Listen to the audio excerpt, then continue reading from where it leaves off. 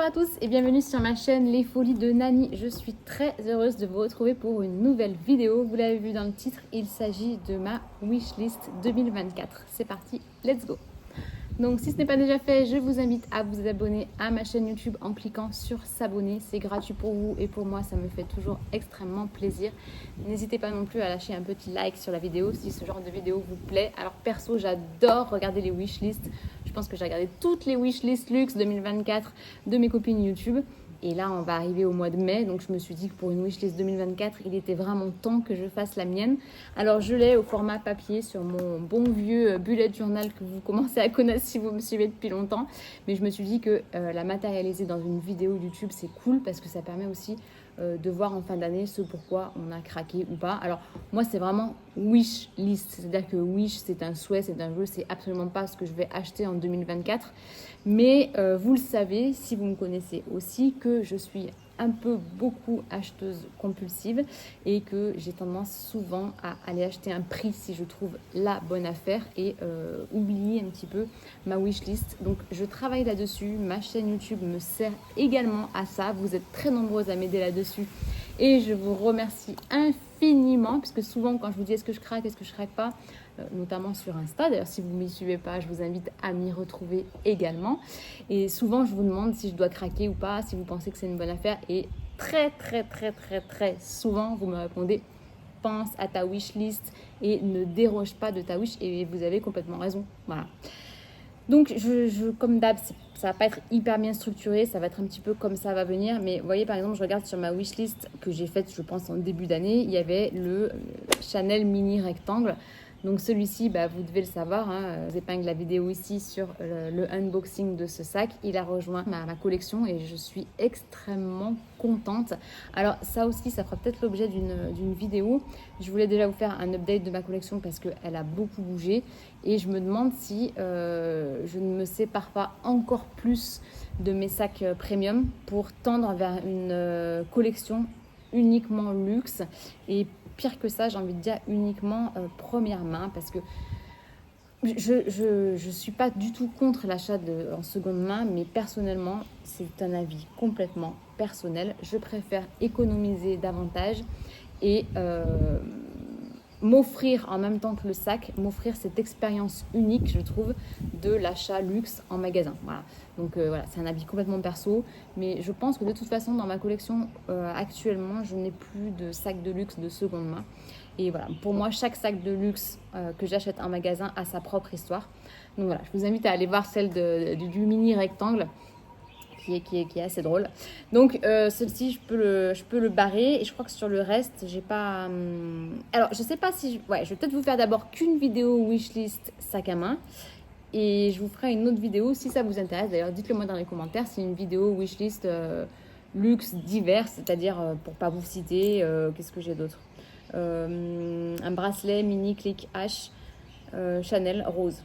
Chanel, non, Hermès rose, la bague Love de Cartier, la bague Trinity de Cartier, la blouse Tara Jarmon que je vous épingle ici. Bon, c'est pas trop luxe, mais voilà, vous m'avez compris. C'est une wishlist un petit peu globale, on va dire.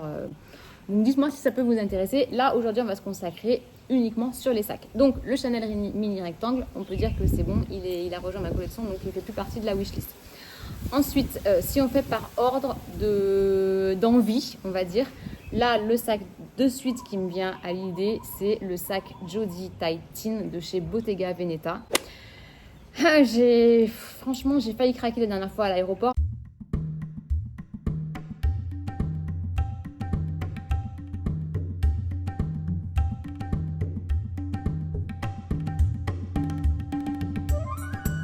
Bon, j'ai pas failli craquer parce que j'avais pas l'argent sur mon compte.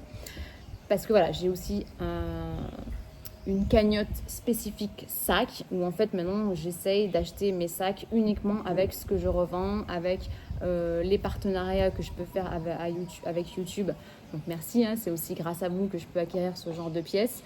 Bon, même si c'est pas des 100 et des 1000, mais cumulé ça peut faire vite des belles sommes. Et j'essaye de ne pas déroger à ça et de piocher uniquement dans cette cagnotte sac de luxe.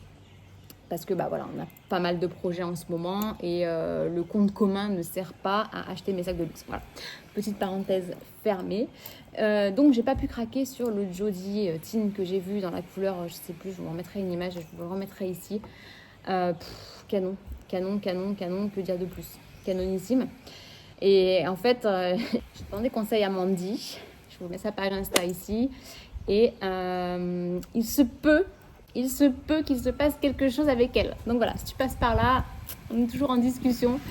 Et bon, vous voyez comment je suis mal organisée et comment je n'ai aucune volonté. Je viens de vous dire à l'instant que maintenant, je ne n'achetais que des sacs en première main. Et là, bim, j'ai une occasion qui se présente pour de la seconde main. Bon, là, c'est un cas un peu particulier parce que, voilà, on va dire que c'est une consoeur des réseaux et que voilà, j'ai une confiance absolue en ce qu'elle va vendre. Mais voilà, bon, dites-moi votre avis sur ce sac. Est-ce que oui ou non, vous me le conseillez? Je vais vous intégrer des images portées à l'aéroport. Donc, autant vous dire qu'il faut faire une abstraction totale du look. Mais il est canon. Il est canon, j'adore. Franchement, c'est un coup de cœur. Après, voilà, j'ai juste un petit bémol en me disant, est-ce que c'est pas un sac tendance, mais qui va pas durer dans le temps? Voilà, c'est pas un sac, je sais que les Bottega Veneta, dites-moi si je me trompe, mais à mon avis, c'est pas un sac que tu achètes aujourd'hui 2005 et qui va valoir 3005 dans quelques années, je ne pense pas. Et j'ai même peur, pire que ça, qu'ils soient un petit peu has-been dans quelques temps. Donc c'est un petit peu ce qui me fait dire, je sais pas, parce que c'est quand même une grosse somme. Donc voilà, après en sac un peu gros aussi, j'ai toujours en ligne de mire le Eye Care, je crois qu'il s'appelle, le Kaba de chez Saint Laurent avec le gros logo. Donc celui-ci, bah, clairement, c'est on aime ou on déteste. Moi, j'adore, vraiment, je l'ai vu en noir et en beige. Voilà, le seul truc qui fait que j'ai pas craqué, je pense, pour le moment, c'est le logo qui n'existe qu'en version dorée. Et voilà, vous n'êtes pas sans savoir que je suis plus une team argentée. Je pense clairement que s'il avait existé avec le logo argenté, j'aurais déjà craqué, c'est sûr et certain. Donc voilà, il reste toujours sur ma wishlist. Ensuite, Céline, voilà, j'ai aucun sac Céline et le Classic Box me fait énormément envie. Pareil, je l'ai vu en boutique à l'aéroport la dernière fois quand je suis venue à Maurice.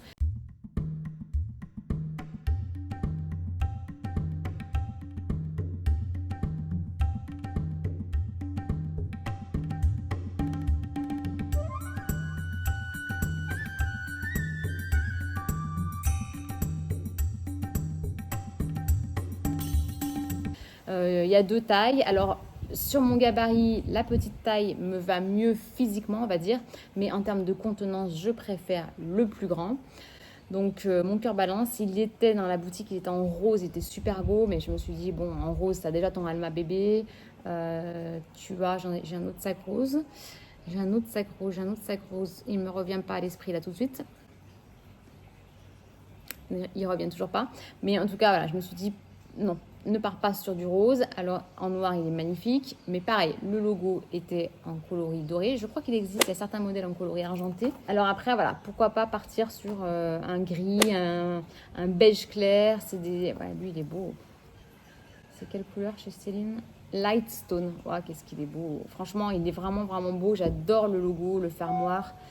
Il est hyper beau. Après, je vois que lui aussi, comme le saxeur, je vous épingle ici la vidéo, pourquoi ils ne mettent pas de poche plaquée à l'arrière? C'est tellement pratique pour y glisser son portable et ne pas avoir à ouvrir le sac pour sortir son téléphone. Bémol, mais à l'intérieur, il y a 2 poches plaquées, une poche zippée, 3 poches plaquées même. Il est hyper canon, vraiment celui-là, c'est un intemporel. Après, je pense que le cuir lisse, c'est quand même fragile. Donc voilà, je sais pas. Il est dans ma wishlist. Celui l'année dernière, il y était aussi et il continue, il y reste, il stagne. Voilà. Ah oui, j'ai vu, je crois que je l'ai en photo là, tellement j'avais découpé dans le magazine. Il existe en version jean. Mais regardez-moi ça. C'est pas canon. Et là, pour le coup, on est sur un fermoir doré. Argenté. Donc voilà. Bon, jean, je sais pas. Alors, j'ai pas gardé mon sac. Attendez. J'ai pas gardé le sac, j'avais de la Bottega Veneta, mais non, c'est le sac Jacquemus. Le Bambi mou en jean, je l'ai pas gardé parce que voilà, toutes les photos où je me vois avec, je trouve surdimensionné sur mon gabarit, donc je l'ai retourné. Voilà. Ensuite, Ensuite, alors j'ai marqué sac Diane, je sais plus quelle marque c'est. Des fois en fait quand je vois un sac passer sur les réseaux, je dis hop, marque-le. Ah oui, si, chez Louis Vuitton. Ouais, il est bien. Il est bien et il est pas trop cher, 1950 €. J'adore la bandoulière avec une touche de rose. Et ouais, ouais. Ouais, il est canon. Il se porte aussi bien court que crossbody. Ah, j'adore. Ah ouais, tu vois, plus je le vois, plus je me dis waouh, il est canon. Alors, si je lui trouvais un petit bémol, c'est bien, je trouve des bémols sur les sacs que j'ai sur ma wishlist, comme ça me permet de ne pas craquer. Si je lui trouvais un bémol, ça serait qu'il existe que en toile monogramme. Non, il doit exister en cuir empreinte, mais j'aime pas trop le cuir empreinte chez Vuitton. Et monogramme comme ça, j'ai déjà mon Everfull, donc mais bon, la taille n'a rien à voir, le format n'a rien à voir, donc ah ouais, celui-là, il est vraiment bien. Il est vraiment bien. Et d'ailleurs, on va continuer chez je me suis grillée. On va continuer chez Louis Vuitton. L'autre sac qui est sur ma wishlist, c'est le Speedy 20 bandoulière.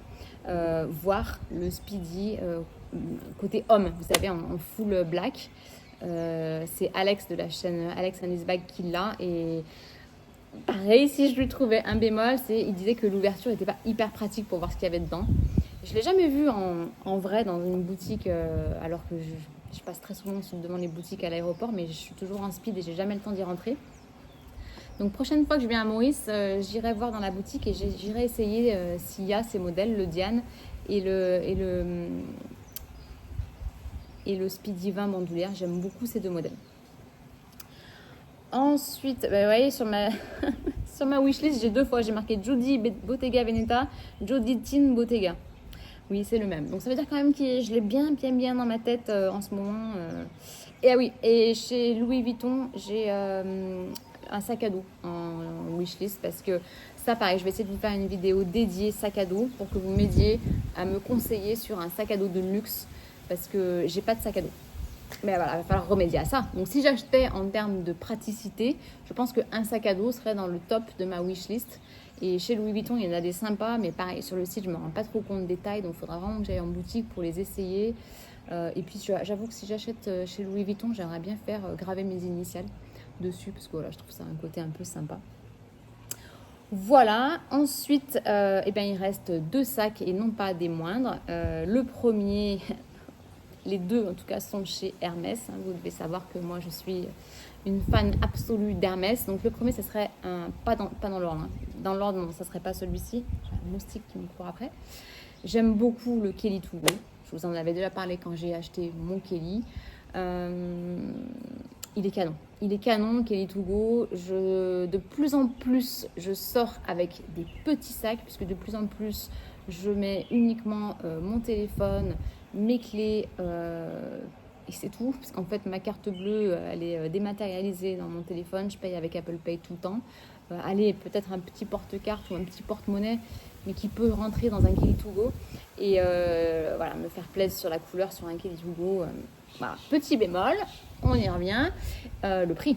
Bah oui, le prix pour un Kelly To Go, en fait, je ne sais pas si c'est considéré comme un sac, c'est plutôt un portefeuille sur chaîne. Et le prix, il pique. Donc voilà, plutôt partir sur le modèle phare de ma wishlist, à savoir le Constance de chez Hermès. Donc là, je vous prépare une vidéo, je vais aller en boutique, je vais aller, j'espère pouvoir essayer les différentes tailles et vraiment me pencher sur passer une commande sur un Constance, mais la couleur, je l'ai déjà en tête ici, je ne vous la dévoile pas aujourd'hui, parce qu'elle peut peut-être changer d'ailleurs en laissant en boutique.